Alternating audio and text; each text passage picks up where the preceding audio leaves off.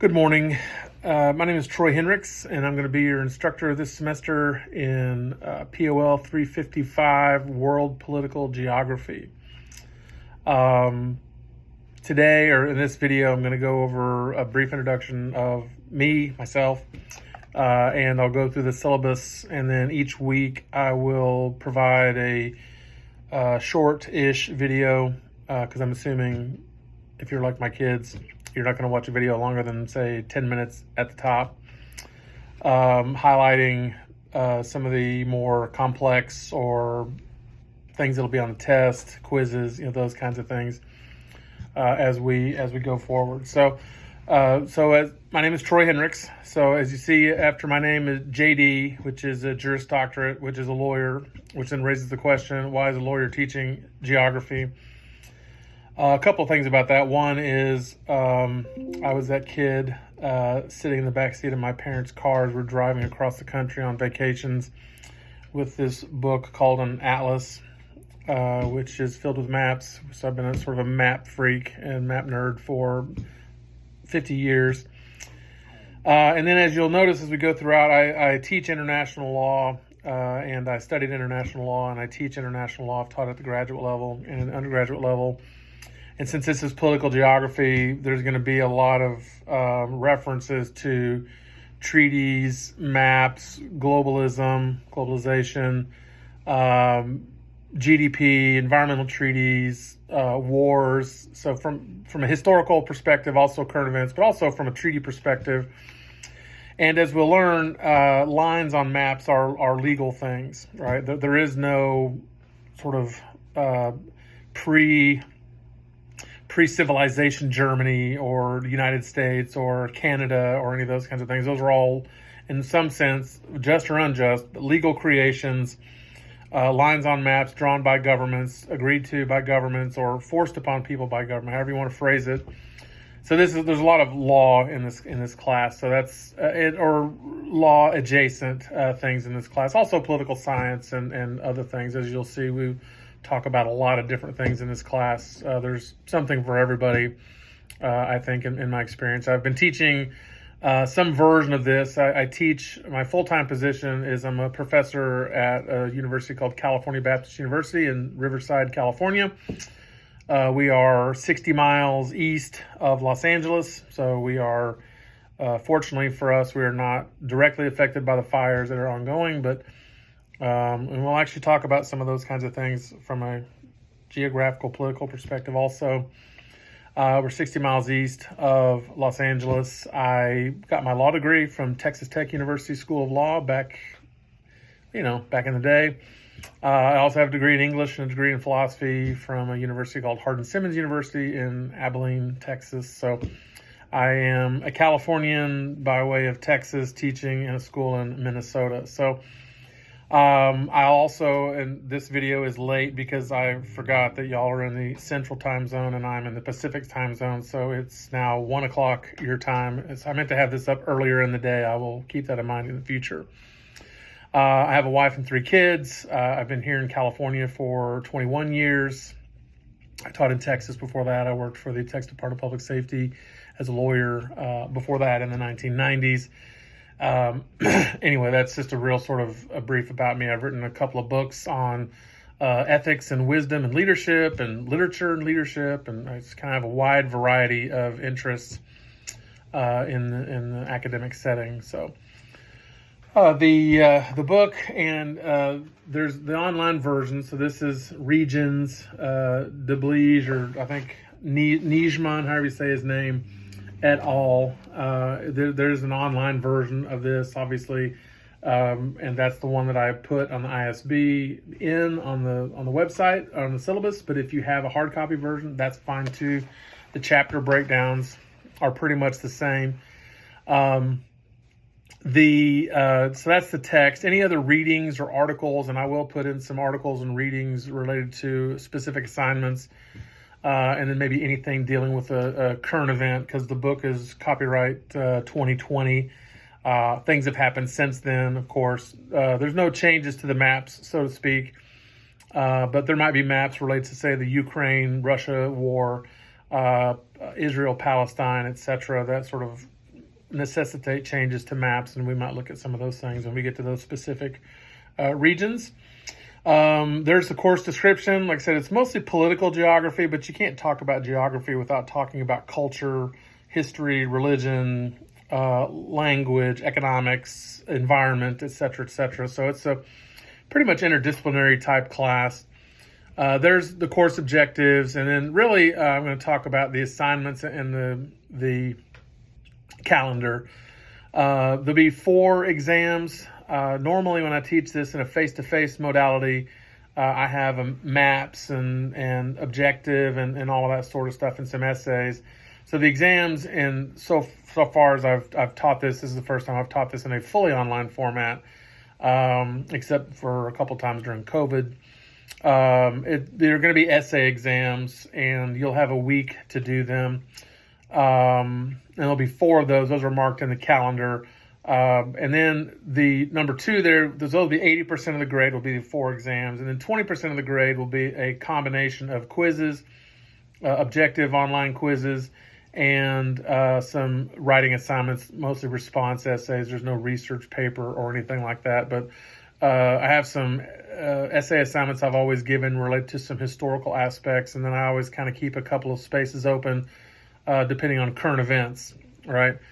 Maybe we're going to buy Greenland, right? That's a joke.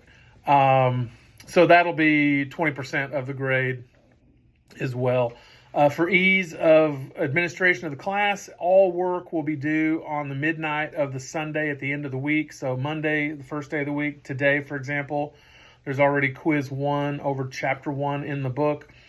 And then that'll be due. It's a time limited quiz. You take it online. It's due by, I don't care when you take it. You can take it today. You can take it Sunday.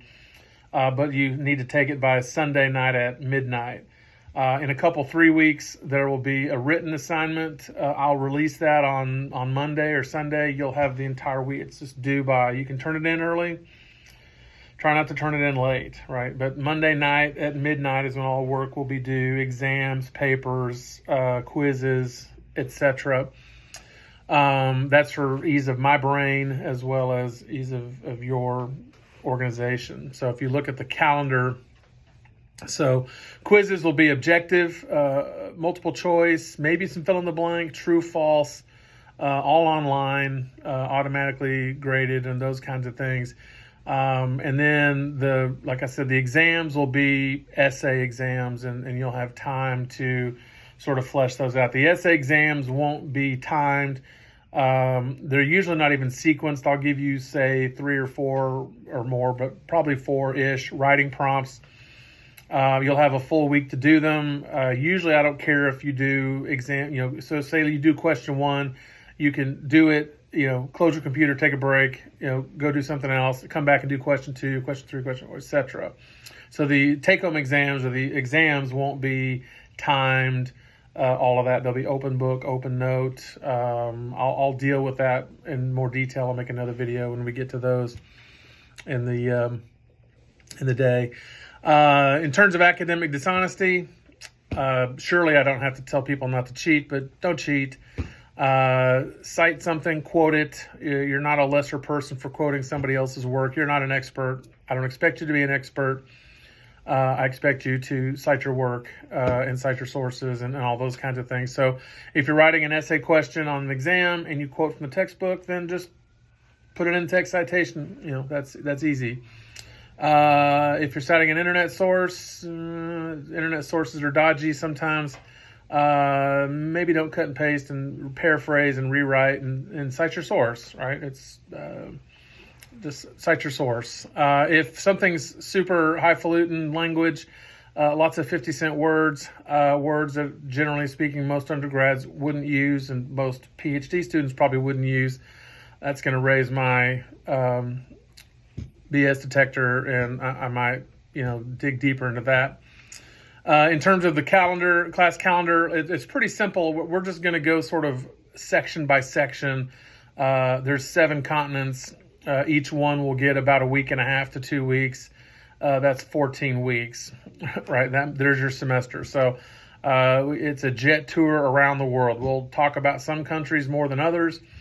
Because of the nature of this class, we'll talk maybe to some degree from a sort of an American, because that's the country in which we live, a U.S. rather perspective on those things. And I don't mean that in the sense of I agree or disagree with anything, but how has American foreign policy, et cetera, et cetera. Not solely, because we will, of course, look at other aspects of world conflicts and world opportunities and trade and globalism, about various and sundry things. But generally speaking, that's kind of the perspective. And as you might imagine, I don't know how much of this you talked about in some of your other political science classes, despite our sort of political divide, Republican, Democrat, and especially in most of y'all's lifetime, assuming you're sort of traditional college age, foreign policy actually is an area where there's not as much difference between, say, a Biden and a Trump and Obama and a Bush, et cetera, as there is between tax policy, Social Security policy, environmental policy, and those kinds of things. Despite all the bluster, despite all the white hot noise and heat of our discourse, there's been, I won't say uniform, but more of a less of a divide, maybe is the better way to put it. But we'll talk about those things. So, Chapter 1 is going to be this, and then I'll actually post another video sort of going over the first set of PowerPoints as sort of general introduction to geography and the types of geography, and then political geography. And then we'll start with North America. I don't usually include North America always, just because it's what we're used to, but here it is, Chapter 2. Be quiz 2 due that Sunday, so the date is the Sunday. At the end of that week. Then we'll talk about Middle America, Central America, and then South America. And then we'll have exam 1, and you'll have, like I said, 3 or 4 writing prompts to sort of basically papers. Instead of research papers, we have written exams. Then you get into Europe and Russia. Russia gets its own chapter because Russia is its own thing. It's a little bit Europe. It's a little bit Asia. It's 100% Russia. So it gets its own chapter, and there's a lot in the European chapter as well. So that's the shorter exam, probably, in terms of less reading and less material overall. Then spring break there, so there will be really nothing due that week. I take spring break literally, so I'm assuming some of y'all are taking trad classes. So that's a break for me, break for you. No class or no assignments or anything posted that week of March 10th. And then we'll get to North Africa, Southwest Asia, aka Middle East. So North Africa and Israel, Palestine, Saudi Arabia, etc. And then Sub-Saharan Africa, and then South Asia, India, Pakistan, etc. And then exam 3, and then that last chunk will be East Asia, Southeast Asia, Australia, Austral Realm, as the book likes to call it. And then the last week there, Chapter 13, Polar Areas and Oceans. I'll get into a little bit of oceanography, a little bit of especially law and environment as related to Antarctica, but also the North Pole, the Arctic region. We'll look at some things like the laws of the sea, the Antarctic Treaty, a little bit of maybe like Oceania, New Guinea, and some of those Micronesia, those little islands out there. A little bit on ocean currents and all of that sort of thing. So as I said, it's really going to be a hybrid, a collection of interdisciplinary things under sort of the rubric of political geography, because like I said, the lines on the maps and border regions and rivers and oceans and harbors and bays, mountain realms and mountain realms and mountain ranges rather, etc. So I really, it's one of my favorite classes to teach. I'm excited to get to teach it sort of in this online format, to sort of tinker with it. If you have any questions at all, feel free to email me, troy.henricks@smsu.edu.